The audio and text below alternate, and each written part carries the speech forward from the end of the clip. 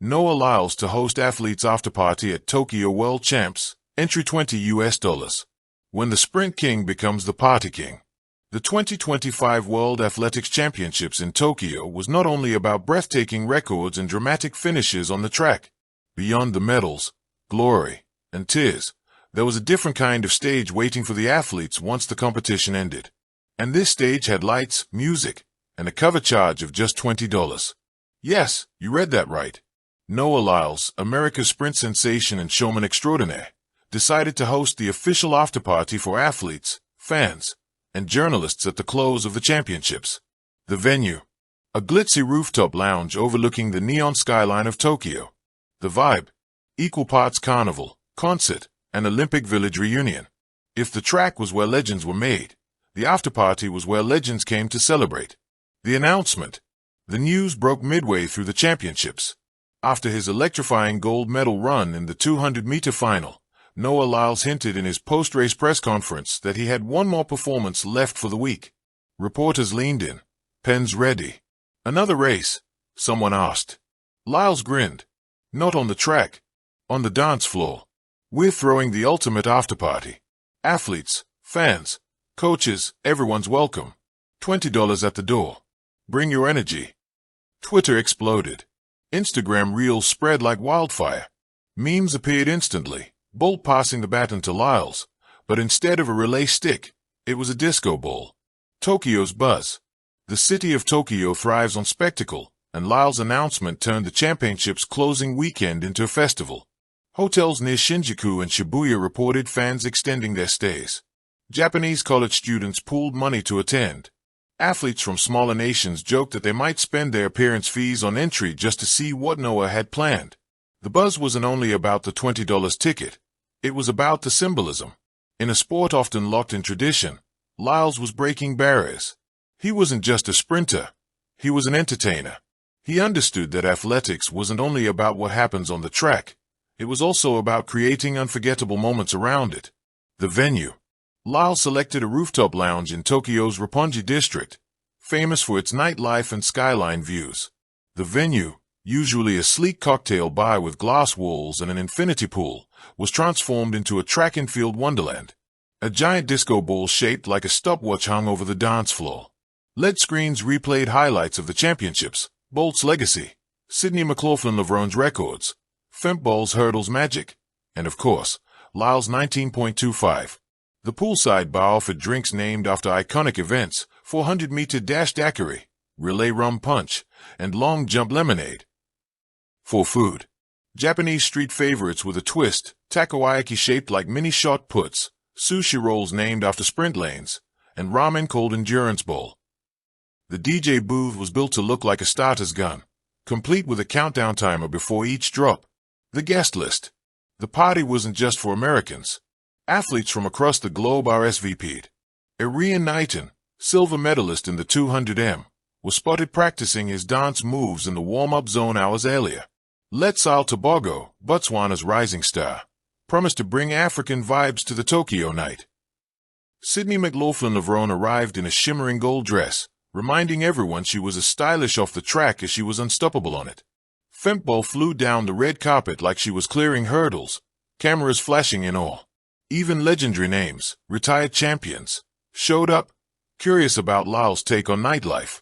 Fans, too, lined up around the block, their $20 bills in hand, buzzing with anticipation. The opening act.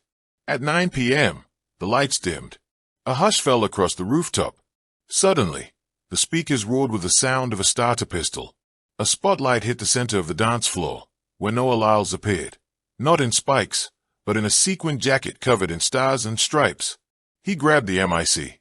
Tokyo. We broke records on the track. Now, let's break records on this dance floor. The crowd erupted. The first beat dropped, a fusion of hip-hop and Japanese taiko drums, and the party officially began. Athletes on the dance floor. What made this party legendary wasn't just the music or the view. It was watching world-class athletes let loose. Knighton versus Tobago dance-off. The two sprint prodigies recreated their rivalry on the dance floor. Instead of sprints, they swapped dance moves, Knighton with his sharp footwork, Tobago with explosive jumps. Fans cheered like it was another final. High jump limbo. A limbo pole set at 2 meters turned into an impromptu contest. Mutis Abazim cleared it effortlessly, to thunderous applause. Relay baton karaoke. Groups of 4 athletes sang into batons like microphones, passing them as the lyrics changed. The Jamaican team stole the show with a reggae version of One Love. Shot put shuffle. Ryan Krauser and other throwers surprised everyone with their agility, proving big men can move with rhythm. The dance floor wasn't about medals or world records. It was about joy, unity, and the kind of camaraderie only sport can create. The $20 entry. The $20 entry fee became a symbol. Reporters joked it was the best investment in athletics history. Fans posted selfies with captions like, "Saw Noah Lyles dance for $20. Worth it. Front row for the best afterparty in the world. And cheaper than my Uber. Athletics is back, and it only cost me $20. Lyles himself explained the pricing in an interview later. "I wanted it to be accessible. $20, everyone can come. Athletes, students, fans. Athletics belongs to all of us." It wasn't about profit. It was about connection. The speeches. Around midnight, the music softened. Lyles stepped up again, holding the mic, flanked by medalists from across disciplines. "We run, we jump, we throw. But what makes athletics special is this, togetherness. Tonight isn't about flags or rivalries. It's about celebrating what we all achieved. This party is for every athlete, every coach, every fan who believes in this sport." The crowd cheered. Someone started chanting his name. Others raised their drinks. For a moment, the rooftop felt like the center of the universe. Cultural fusion. Japanese traditions blended seamlessly with international flavor. Midway through the party, a troupe of local drummers performed, their rhythms syncing with the DJ's beats. Fireworks lit the Tokyo sky, reflected in the skyscraper windows. Athletes lined up for photo booths with samurai armor and neon sunglasses.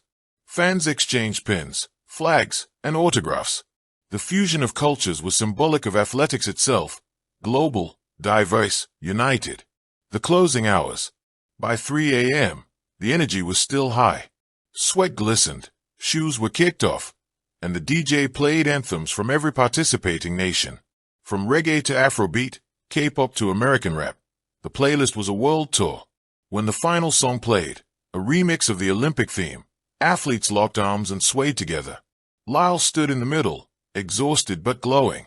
The party ended not with fireworks, but with laughter, hugs, and promises to meet again in Los Angeles 2028.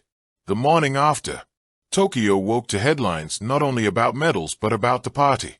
Newspapers called it. Thank you for watching. Please don't forget to hit the subscribe button, like and share. Till next time.